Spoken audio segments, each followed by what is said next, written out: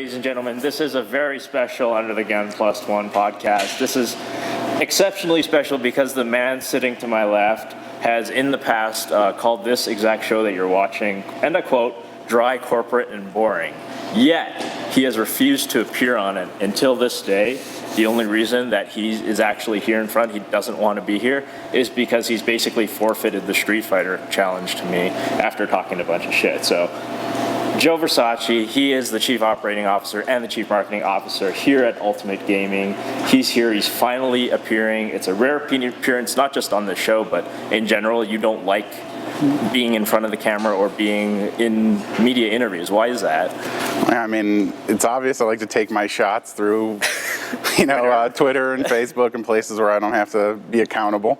But you called me on it. We lost the bet, and now here we are. So why has my show been just too boring for you in the past when I had like Scott and Andre and Danik? Look, it's pretty well known in the office. I mean, you guys don't know this, but Scotty, Andre, Danik, I mean, they make it move, but they're by no means the sort of color to the office. Okay, and you've always stressed like authenticity, and we want to be in the community and like for our players. So like, why is it taking you so long to be here? Like, this is authentic, right? We're here, and you get to direct voice to the players. Yeah, no, I mean, I like that. Like I said, I mean, I think the thing about the industry going state by state is how personal every state feels. Yeah. Like in Nevada, we really feel it. It's a one-to-one connection. We feel it when we get a player. We feel it when we lose a player.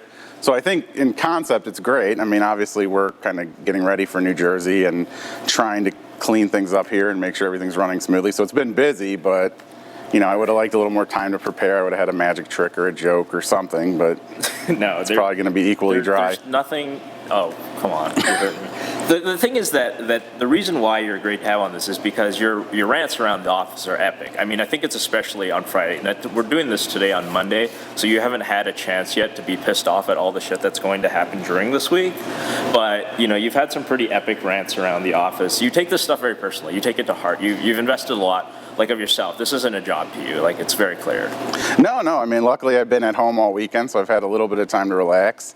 It hasn't been a great weekend. I mean, guys across the street are doing a lot right now, so I guess I could be in a bad mood already this morning. But yeah, no, it all comes, same with everybody here. It's all about everybody feels a deep connection to this. Everybody wants it to work. Everybody made sacrifices to be here.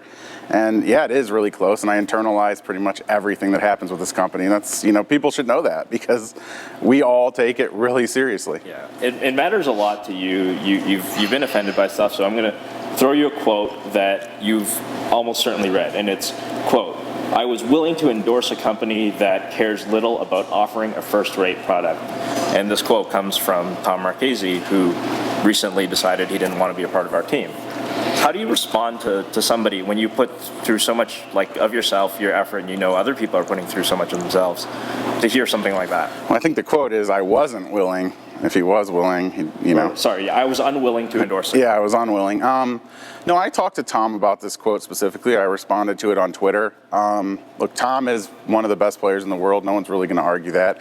He's also a pretty passionate guy. He had a lot of thoughts on kind of how to improve our tournament schedule, and I would say 85-90% of them were spot on. The way I responded was I essentially just said I don't agree, because I honestly don't. I think I firmly believe we have the best operating team in the world here. I think everybody here is passionate about poker. They play in their off time. They play all the time. They live it. And they want to have the best product for the players. We really have ingrained that into every single person here. What I tried to convey to Tom and a couple of the other people was just how hard it is, how hard it really is to do this. Working with, a new company, a new team, a relatively new product in regulations and requirements that are completely new to the industry overall, and trying to condition and adapt and get players used to working in those restraints while still iterating our product is kind of what I tried to convey. Is it's just easier said than done. And a lot of the stuff we're going to eventually get to, we want to make those changes to the tournament schedule. We've started to do that. It's unfortunate that we couldn't make it work in terms of timing, and keep those guys happy. But look, I mean, the product and where we want to go, we all know where the product needs to be. It's just finding a way to get in a rhythm with the regulators and the developers that we have here to make sure we're throwing out these changes on a consistent basis, which we're getting better at.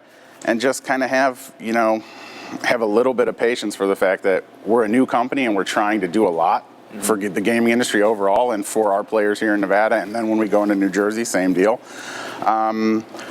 But yeah, it's really unfortunate that it kind of came down to that. It's tough, and I know it kind of ultimately stresses you out. And like I say, you wear your emotions on your sleeve when you're here around this office, and we can sort of see it. The idea is, of course, we're in a brand new company. Software-wise, we're competing with software that's been around for a really long time. So I guess my question for you is personally, like, why are you involved with Ultimate Gaming and Ultimate Poker? Where for those who don't know, Joe was what were you at Poker Stars? You were the North American Director of Marketing, so all U.S., you had Canada. an established position with the market leader, the biggest name in the business. What made you kind of come over here and say, like, I'm going to start this from ground zero, knowing kind of full well that it's going to be really rough? Yeah, well, I mean, I had been with Poker Stars for a long time. I had no intent of ever kind of sitting out the U.S., gaming coming to the U.S. I've been waiting on it for over a decade. And then looking at kind of everything that was out there when I left Poker Stars, coming here, meeting with everybody on the Strip in California, just basically doing a lot of diligence on kind of where this industry was going, who was going to be there at the end. I really liked the approach that Ultimate Gaming had, the Fertittas had, and I still to this day think it's one of the things that goes kind of a little bit unnoticed is I think we got it right. There's a lot of pain up front, but what people should understand is the intention of how to build this company was the purest and I believe the right direction. We wanted to own everything. We want to have control of the entire player experience. We want to own the platform, the products. We want to be able to push out our games, our changes. We don't want to be dictated by other poker software or other operators. We don't want to be creating a scenario where we have a Me Too product to 4 other people in the market. We want to be able to differentiate and move quickly, and that's what we're positioning ourselves to do here now. But it's just like, no baby is born 10 years old. Yeah. So there's a price to pay for making that commitment, and I actually have a lot of respect for the Fertittas and the ownership group here to pay that price up front and understand that at the end of the day, we're going to come out of this with something that we own, we can be proud of, we've built from the ground up, from the color of the logo to the backs of the cards to the games we offer, and it's all going to get there. And like I said, I'll put our team and our experience up against anybody in the industry. It's not a lack of knowledge of what we need to do. It's a lack of understanding by everyone in the world about how you get things done efficiently in a regulatory environment and how you kind of keep the ball rolling. And that's what we're learning right now. Right. So if you read the forums and if you read Twitter, and I know you did, we were supposed to be smashed when WSOP came out because they had the more player-friendly software in a variety of ways. We were supposed to be squished and run over by not just that, but also their larger database in terms of poker players. They have an active database, and we haven't been. We haven't been smashed. Those sort of predictions. If I ask you honestly, like 3 months ago, if I asked you this question that we would actually still have a larger share of the market than WSOP, would you have thought that to be accurate in an honest level? And first of all, that one, I guess. Yeah, no, I would have thought that the impact would have been a little bit greater.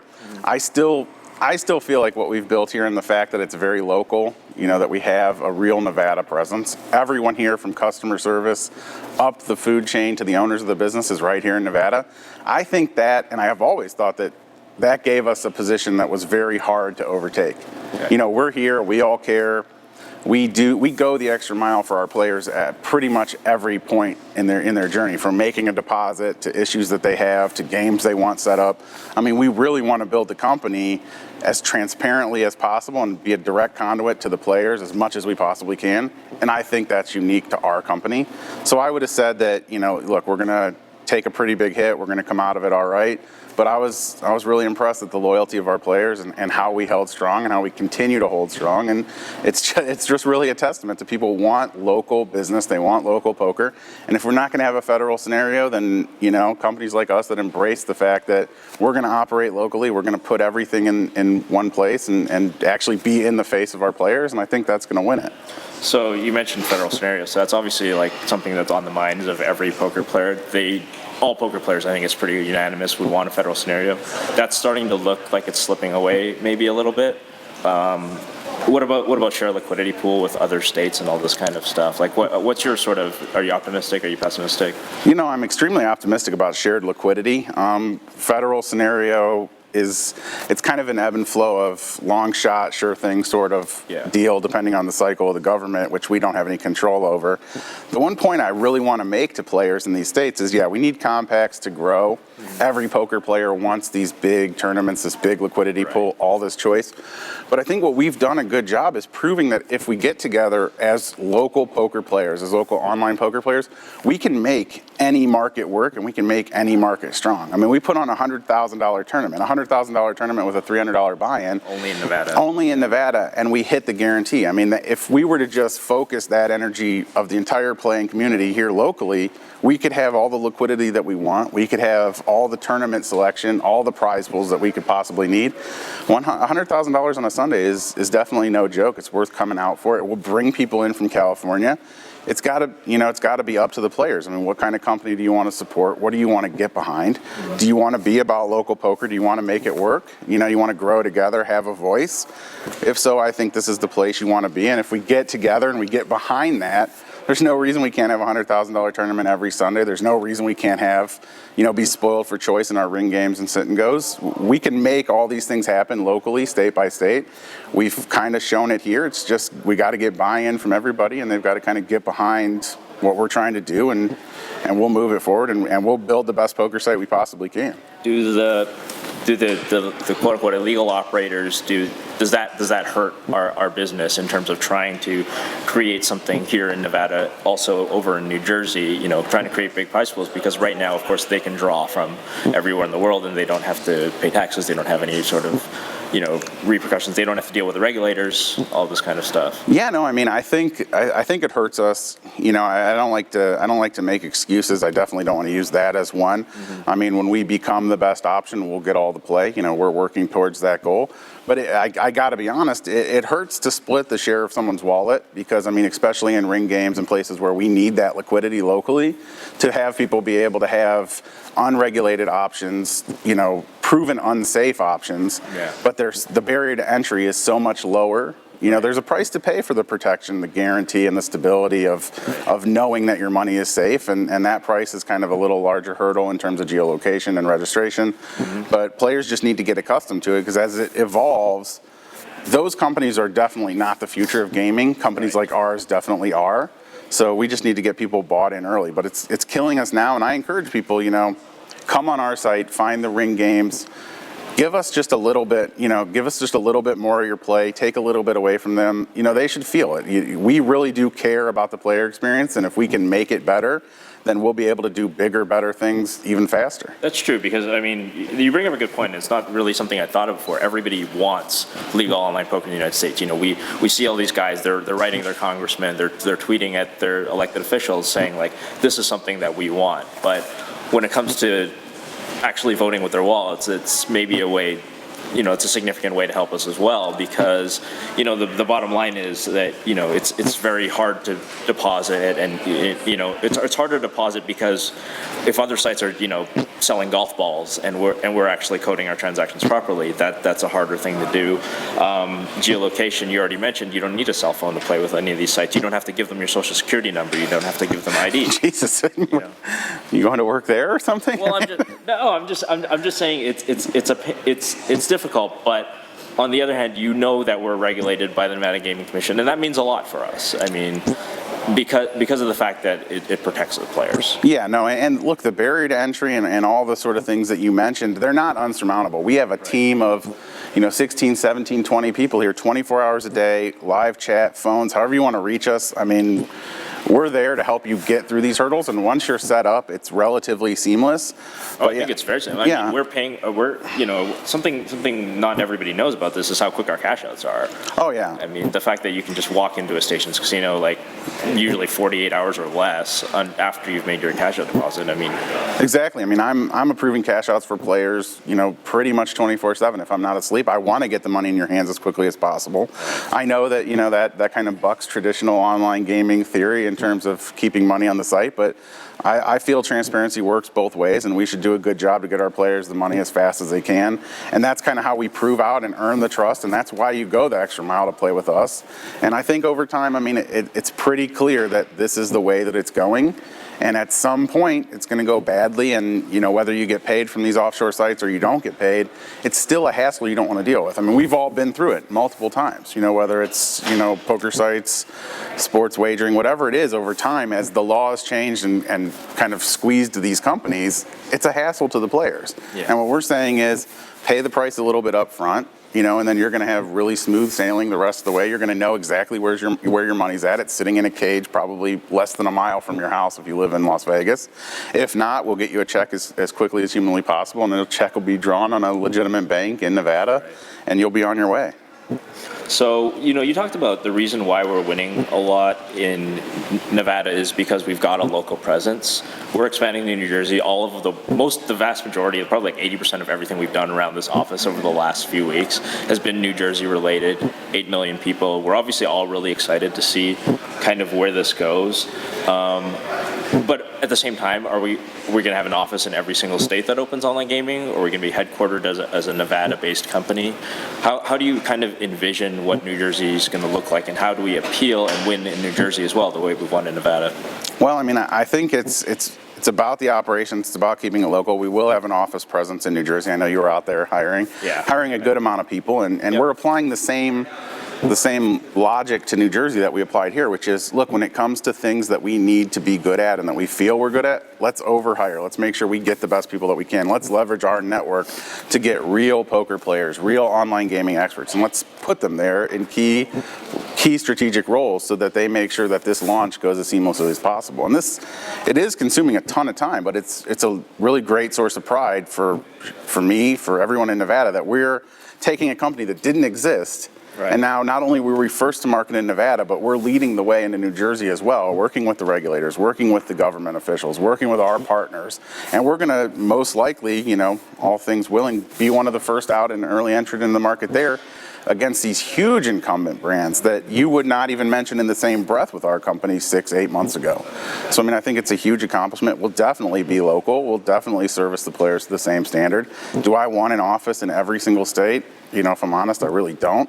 But it's our job as kind of the people steering the ship to make sure that the local focus and the service and everything that makes this company here great doesn't suffer there. And at the same time, we add development bandwidth to make sure that the product is getting consistently better. Yeah.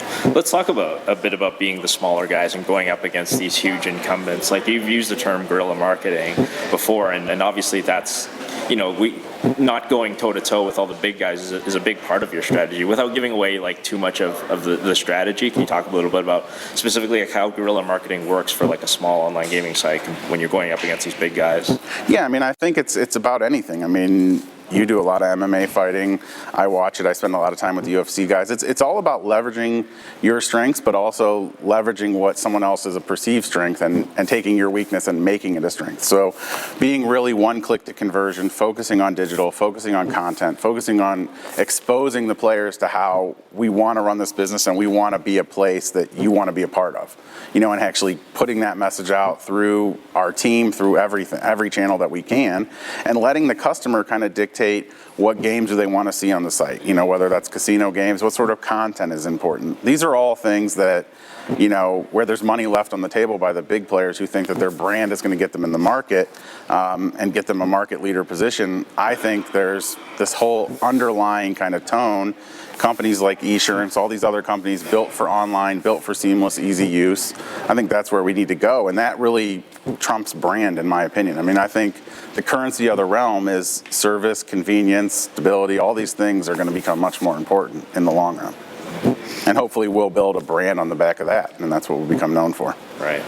If you could go back 3 months, 6 months, is there anything that you would change? Anything that you think was a mistake on our part that you wish we could have done differently?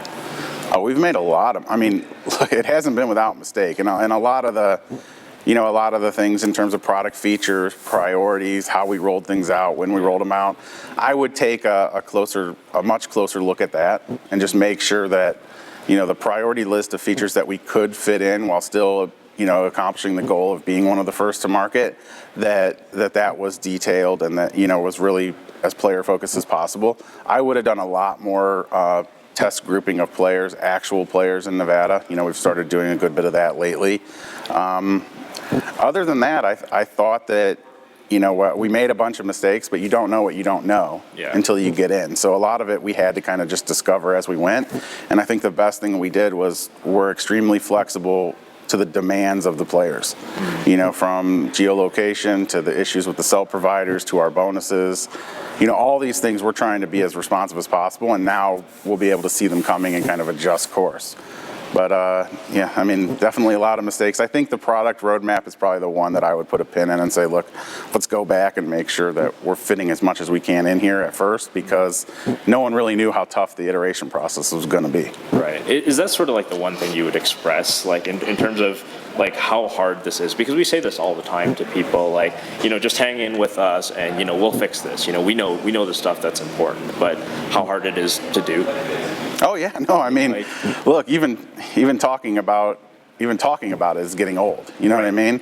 And I don't expect players to have that sort of patience with us throughout the entire journey. So we need to make incremental improvements, and we're trying to do that. But yeah, it is just incredibly difficult to get these things through, QA them properly, still be efficient, still move forward, and do it in a landscape where, it's as detrimental to this company in Nevada to not be in New Jersey as it is to, push a product release a week here. Right. So it's this constant balancing act. It's these constant, brutal, just 12, 13, 14-hour days of just trying to figure out how we can make 32 ounces of work fit in a 16-ounce glass. And it's tough, and it weighs on me, it grinds on me, and it grinds on everybody here. But we're trying to do it, and the thing is, I really, really strongly believe that our product people, the people in this business, know the features that the players want. They have contact with the players, and that in due course, we will get there with a product that is, more than competitive.